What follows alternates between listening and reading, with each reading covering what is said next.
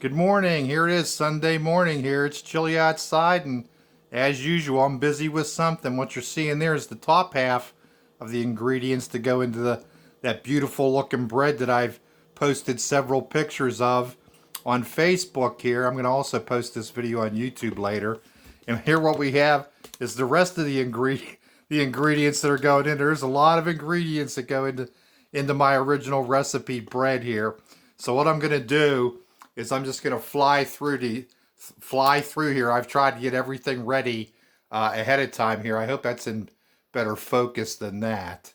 Let me just check what the story is there. Why is that out of focus?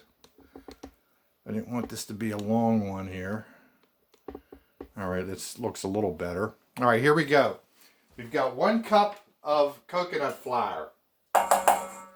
We have 1 cup of tapioca flour.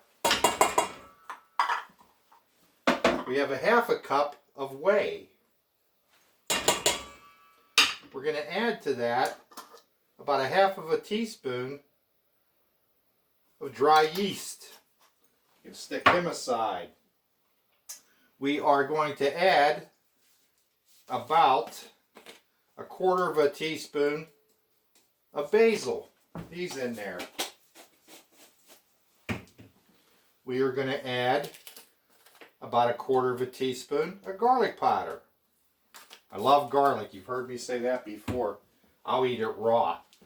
We're going to take about a half of a teaspoon of Italian seasoning. We are going to take some onion powder. About maybe a little bit more than a half of a teaspoon. We are going to take some baking powder, because we want to get some rise out of that. And I'm going to stick a whole, maybe a teaspoon and a half in there of the baking powder. We're also going to put in there some xanthan gum.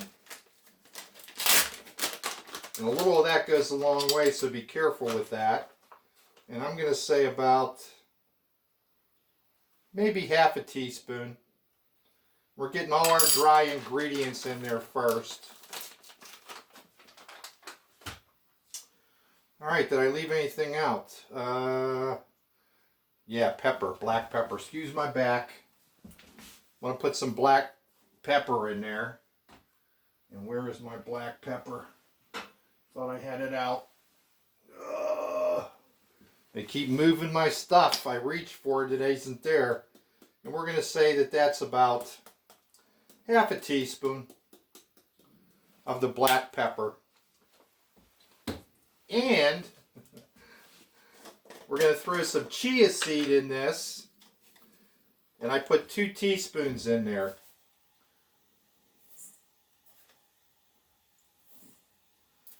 There's a lot of ingredients in this bread, no doubt about it. Good thing I'm well stocked up with stuff, although I'm running out of whey. Alright, so we have all our dry stuff in there. I think I got it all. And we're just going to take that and just dry mix that up real fast. I already have my oven on.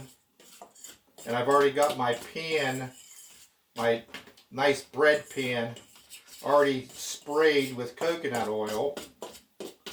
When you're working with coconut flour, it's a little bit different than regular flours because it will suck up the moisture.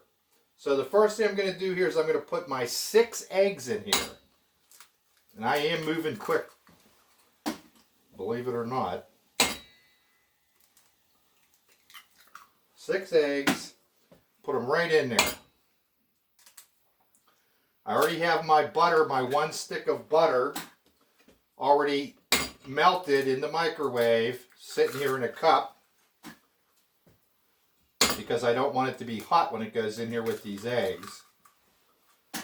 But I do want it to be a little bit on the warm side to activate the little bit of rise that we're going to get from the yeast. Alright, so we have the 6 eggs in there, and I'm going to take a whole teaspoonful of minced garlic in here because I love the garlic. Again, you've heard me say that. I mean, I'll eat it raw. I'll eat it raw. So many ingredients there, it's crazy. Alright, so we got the eggs in there. We're going to start to mix our stuff up.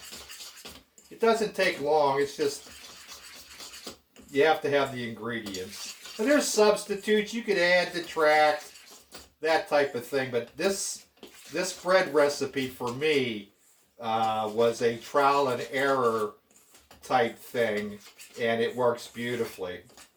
And it tastes wonderful. When I toast this, my whole kitchen smells like garlic again. I love it. Like that garlic. That's what happens when you're Italian. You're passionate about many things, including cooking. And if you like to eat, you should learn to cook. Alright, so we're going to put our butter in there now. That was one whole stick. And we're going to continue to mix that up. Again, that coconut flour really absorbs the liquids. You've probably heard me say that before, but it's just a cautionary.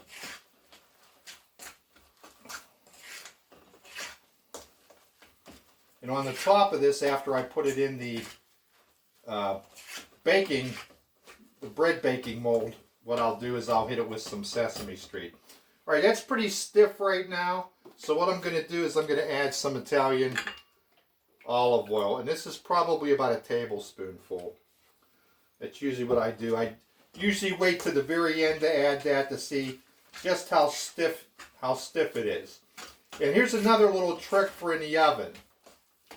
When you put your bread pan into the oven, put it on a little tray that has raised edges on it so you can add about a 3-ounce Dixie cup full of water so that the bread doesn't crack. That'll help with that in the oven. Now I'm adding probably 2 tablespoons of filtered water in here also. But I did want to do the how to do this version for people that maybe want to try this. Now this is lower carb, completely gluten-free. Check your ingredients before you use them. I rarely will use anything that doesn't specifically say it's gluten-free. Alright, we've got our consistency pretty good right there. I'm going to take my pan, which has already been greased, and I'm going to just put that right into there, just dump the whole thing in.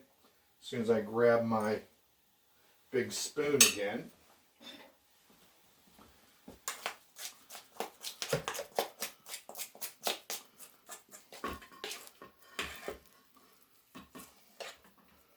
Got him in there.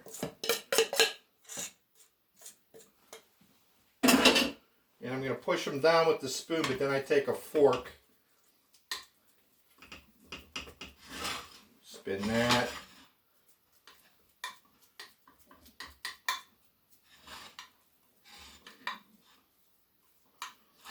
Usually comes out to about an inch, a full inch from the rim of the bread pan.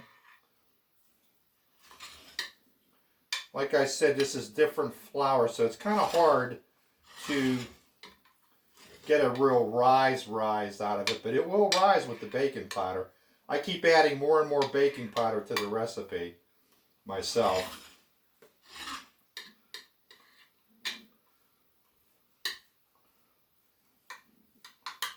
There we go, we got him flattened out. Usually I do a fork with that, but I want to make sure that, you know, we start out with a smooth. And then what I do is just take my sesame seeds. Here, I'll let you see how nice that looks. My sesame seeds. And I'll just shake them right on the top.